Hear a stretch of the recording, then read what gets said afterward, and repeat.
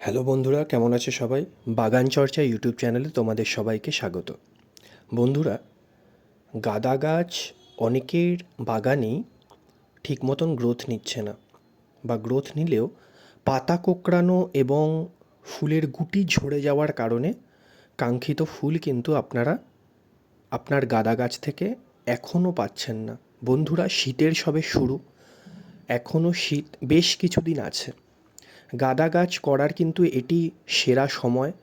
যদি ঠিক মতন পরিচর্যা করা যায় শুরু থেকে, তাহলে কিন্তু গাঁদা গাছ সারা শীত জুড়ে কেন, শীতের পরেও বেশ ভালো কিন্তু ফুল দেয়। তার জন্য কিছু আলাদা পরিচর্যা নিতে হবে।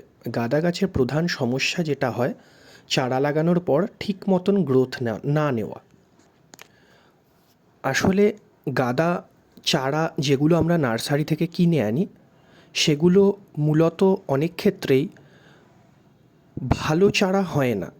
অর্থাৎ চারা তৈরি করে সেই চারা থেকে আবার কাটিং করে নতুন চারা তৈরি করা হয়, যার ফলে সেই নতুন চারাগুলির ভেতর সেই শক্তি বা সেই পাওয়ার কিন্তু থাকে না, বা চারা তৈরি হয়ে গেলেও সেগুলো একটি ভালো চারা, অর্থাৎ একটি মাদার প্ল্যান্ট থেকে চারার, কাটিং চারার যেরকম বৃদ্ধি হয়, চারার থেকে আবার কাটিং চারা বানালে কিন্তু সেই বৃদ্ধি পাওয়া যায় না, ফুলের সংখ্যাও কম হয়। এবার সেগুলো তো দেখে বোঝা সম্ভব না চারা কেনার সময়। তার জন্য অবশ্যই তোমাদের বিশ্বস্ত কোনো নার্সারি থেকে চারা কিনতে হবে। এবং তারপরে গ্রোথের জন্য যেটা করতে হবে, অ্যালোভেরা।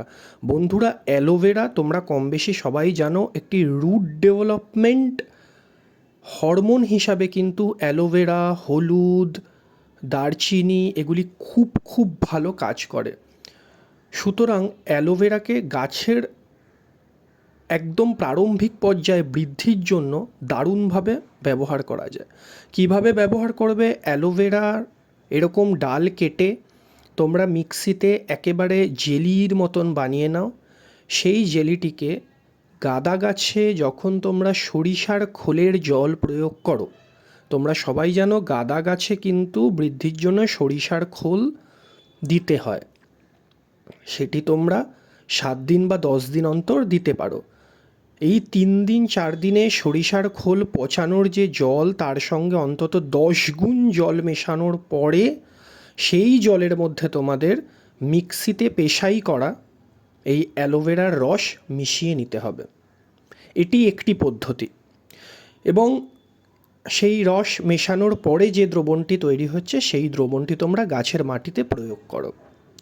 এই পদ্ধতি অবশ্যই যখন সরষের খোল প্রয়োগ করছো, অর্থাৎ 7 কি 10 দিন বাদে সেই সময় প্রয়োগ করো। তোমাদের গাছের কিন্তু বৃদ্ধি আগের থেকে অনেক বেশি বাড়বে, এবং তোমরা রেজাল্ট কিন্তু মাত্র 2বার দিলেই কিন্তু লক্ষ্য করতে পারবে। এবং শীতে ঝুড়ি ঝুড়ি ফুল, অর্থাৎ ঝুড়ি ঝুড়ি গাঁদা ফুল পাবে, এটা আমার গ্যারেন্টি।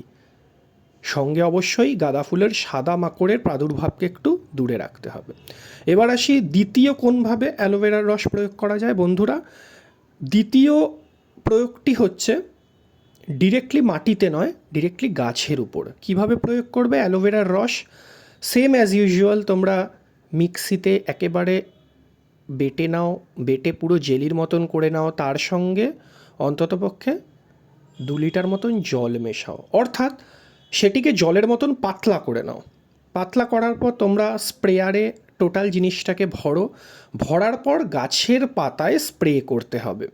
সঙ্গে কি দেবে? সামান্য পরিমাণ এপসাম সল্ট। এই দুটো জিনিসকে মেশাও, একটি জৈব, একটি রাসায়নিক।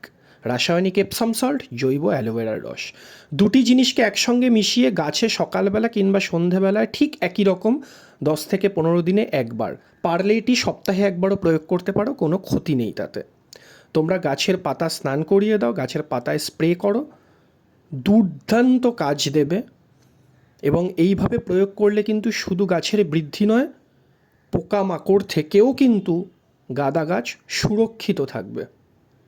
তাহলে যেই দুটি পদ্ধতি বলা হলো, অবিলম্বে তোমরা গাঁদার ম্যাচিওর চারা, অর্থাৎ যেই চারা মোটামুটি একটু বড় হয়েছে, 1-2টি প্রথম কুড়ি আসা শুরু হয়েছে, সেরকম চারায় দেবেই। এবং যেই গাছ অলরেডি মোটামুটি ফুল দেওয়া শুরু করেছে সেই গাছেও দেবে, কিন্তু স্প্রে করার সময় লক্ষ্য রাখবে ফুলে যাতে না লাগে। আজকের মতন এই পর্যন্তই, টাটা।